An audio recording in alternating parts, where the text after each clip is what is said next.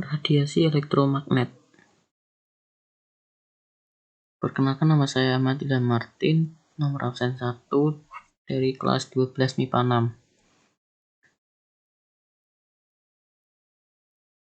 6. Yang pertama, pengertian. Radiasi elektromagnetik adalah kombinasi medan listrik dan medan magnet yang berosilasi dan merambat melewati ruang dan membawa energi dari satu tempat ke tempat yang lain.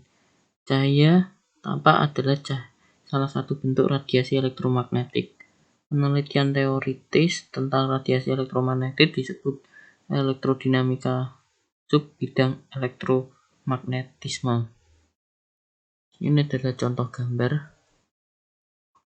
Selanjutnya, pembentukan gelombang elektromagnetik.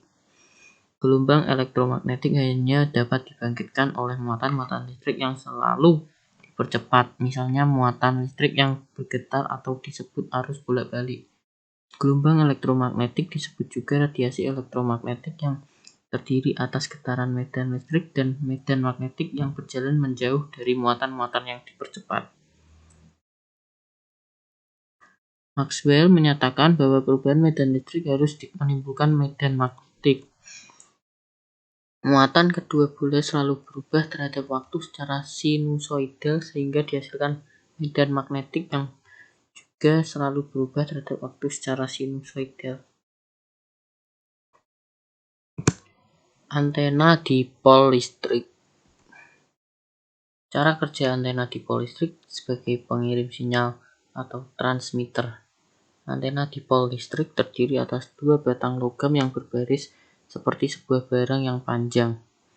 Barang disuplai dari pusatnya oleh arus bolak-balik dalam setengah siklus arus mengalir ke atas. Bagian atas antena memperoleh muatan positif dan bagian bawah memperoleh muatan negatif.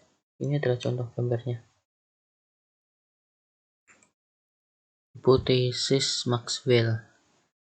Tegangan bolak-balik menghasilkan muatan yang bergerak secara sinusoidal pada dipol listrik. Seperti telah Anda ketahui, muatan yang bergetar selalu mengalami percepatan dan muatan yang dipercepat menghasilkan gelombang elektromagnetik.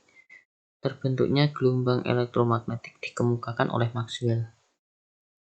Itu arus listrik pada suatu konduktor menimbulkan medan magnetik yang arahnya melingkar di konduktor tersebut, atau hukum Ampere. Konduktor yang bergerak memotong medan magnetik menimbulkan gigi L induksi pada ujung konduktor itu.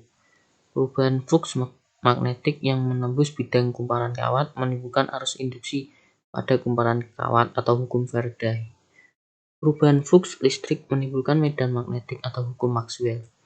Kemudian Maxwell menurunkan cepat rambat gelombang elektromagnetik yang rumusnya C sama dengan 1/mu 0 dan N0.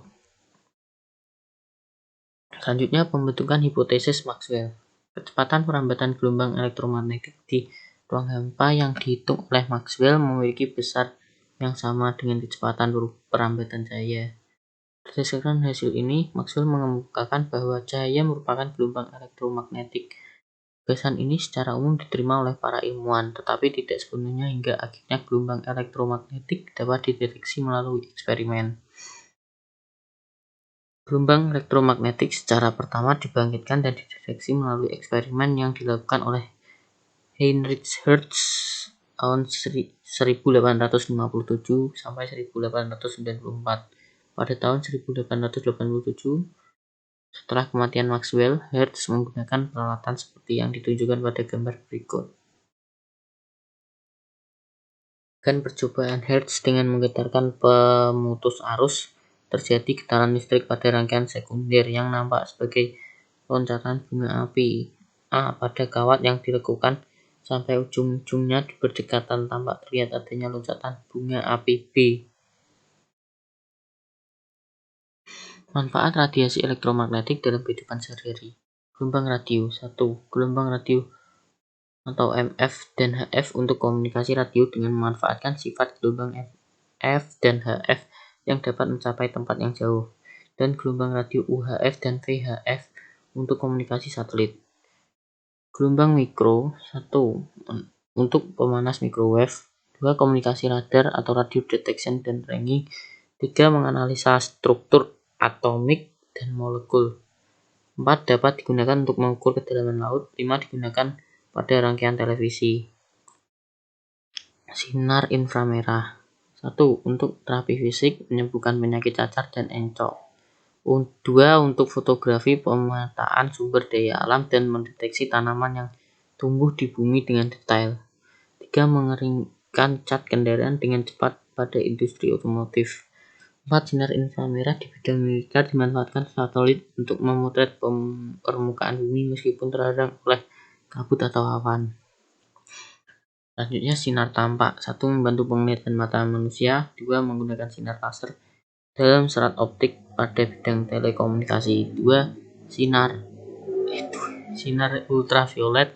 1. Untuk proses fotosintesis pada tumbuhan. 2. Membantu pembentukan vitamin D pada tubuh manusia. 3. Untuk memeriksa keaslian tanda tangan di bank-bank.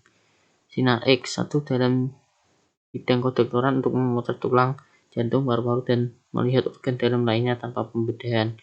2. Mendeteksi keretakan atau cacat pada logam. 3. Pemeriksaan bareng-bareng di bandara, daerah, atau pelabuhan. 4.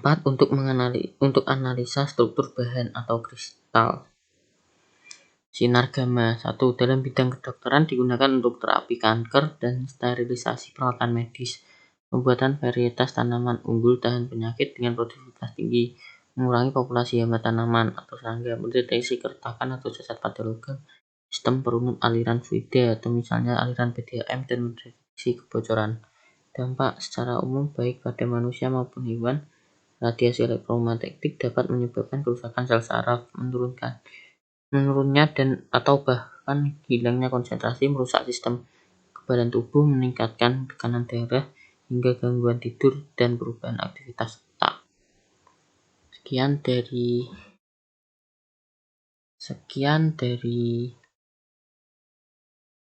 pembahasan saya. Terima kasih. Assalamualaikum warahmatullahi wabarakatuh.